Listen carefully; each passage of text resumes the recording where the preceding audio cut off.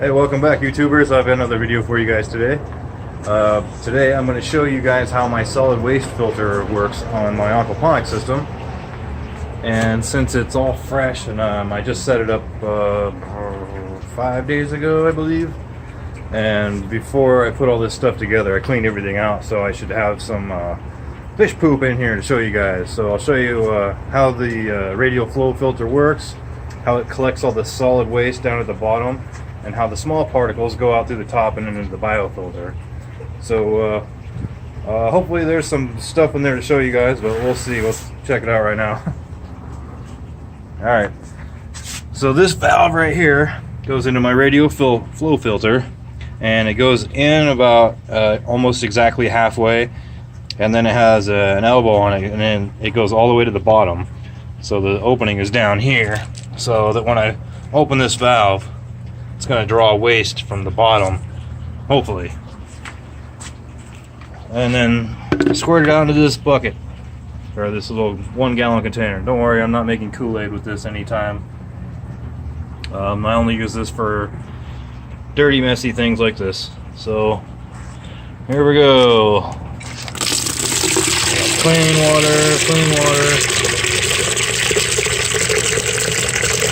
Oh, I guess there's no solids in there yet. What is that? Looks like a piece of plumber's tape. I hope the fish didn't poop that out. That would be good. Well, there's a little bit of solids in there. Still a little piece of tape in there. I don't know how that got in there. But anyways, that's how I collect the solids.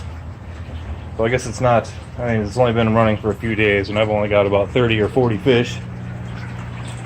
And as a matter of fact, while we're over here checking out the fish, let's just jump right in the water and see what they look like.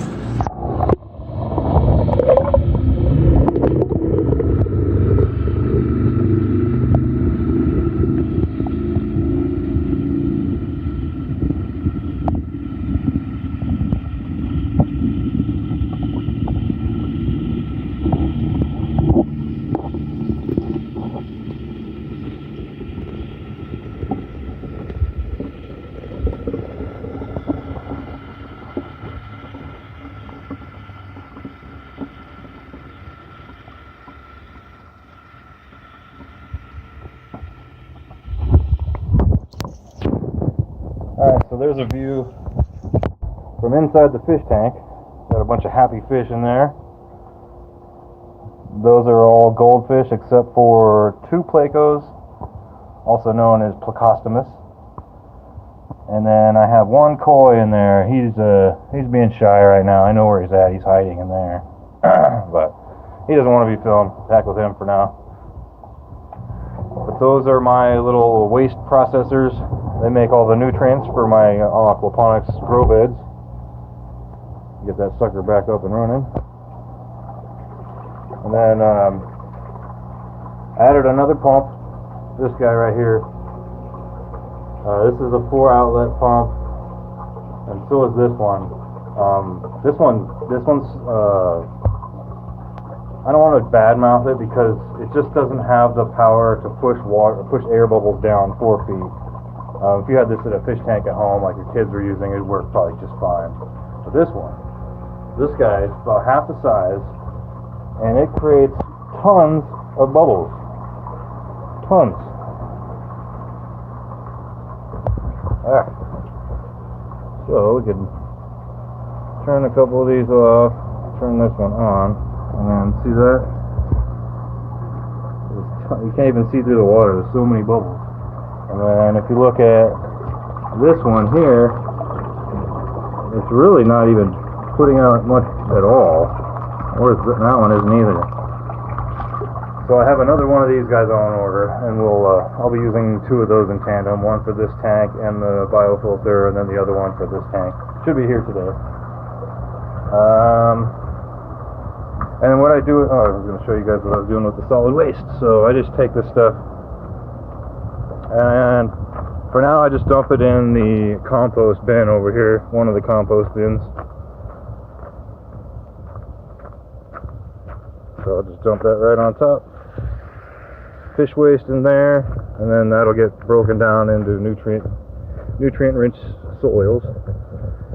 Here's the aquaponics system. There's all 16 beds. There's 8 on this side and 8 on the other. I've got a whole bunch of seeds inside germinating right now, but those guys aren't ready yet. It'll be a couple weeks before I pop some of those guys out, and I'll do a video update for that and show you guys what I got going. But anyways, while I have your attention, we'll check out my floating raft bed over here. As you can see, I have a bunch of stuff on top of here covering up most of the net cups. That's because I took them out and I brought them inside to germinate, because I had about a 2% germination rate on everything I put out here.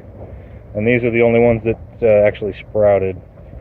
Now, in the past, I've found that when you're using hydroton like this, and you have seeds in here, sometimes as the seeds grow, they'll literally push themselves down through the hydroton and then fall out into the water. So I'm sure if I took this whole thing off and looked, there'd probably be plants randomly underneath here, just because that's what they do.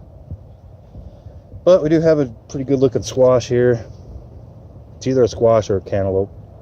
I'm actually going to say that's cantaloupe, but I'm probably going to be wrong. That's alright. Anyways, there's this stuff over here. I still got to clean up all that stuff. Well, at least not clean it up. It's not really messy. You just do something with it. I think I'm going to put another floating raft on top of it. And then over here, we've got the Dutch buckets, and we've got some good progress to show you guys.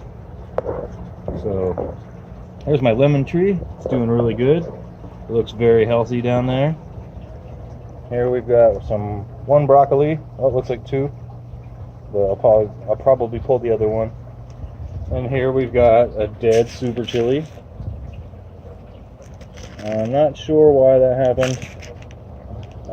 If I had to guess, I would say it got overwatered.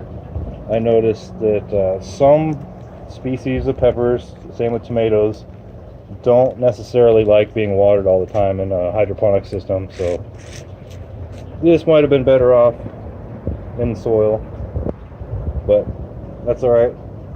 We've got better looking stuff than that. So here we got my beefsteak. It's doing well. And then we've got another beefsteak, just because I like beefsteak. And then over here we've got the millions. This thing was looking really bad the other day. It looks like it's coming back. If I had to guess, I would say that this particular variety may not like having wet feet, as they say. Whoever they are, by the way. And then over here we've got a yellow Scotch bonnet. I don't know if you can see down in there. Focus. Come on. Well, you can see the leaves anyways, right there.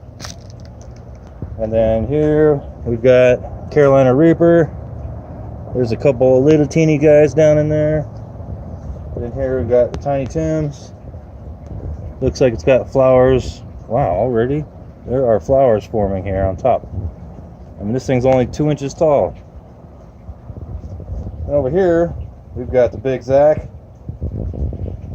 It hasn't sprouted yet. I literally put this in here like 2 days ago. I should have germinated it inside, but I cannot wait to have a Big Zack tomato plant. Thank you, Brent. You know who you are. Hydroponic Gardening and More with Brent. He hooked me up with these seeds from Arkansas. I was one of the lucky ones that sent my envelope in quick enough so he could send out some seeds. Thanks again for those. And I did share some with another friend of mine that's into gardening, so I gave him 4 of those seeds. Anyways, let's check out the corn. This video is getting more detailed than I had planned on, but that's okay, because I'm just sharing with you guys. So we got some corn here. I'm gonna say 3 feet tall, at least 3 feet tall. And then some of them did die, which is fine. That one died, that one died.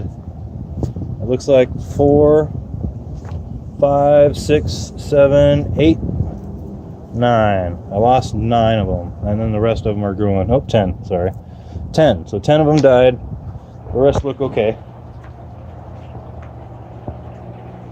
What else do I want to show you guys? I guess that's it for now. Hope you guys are having a good week and staying out of trouble and don't do anything I would do. Comments, questions, post those down at the bottom. Hit like and subscribe if you want to follow along and see some more of my crazy builds. Mostly after builds, because I can't really do a how-to without a real camera and a computer to edit, but that'll come later. Yeah, thank you guys for tuning in and watching, and keep building.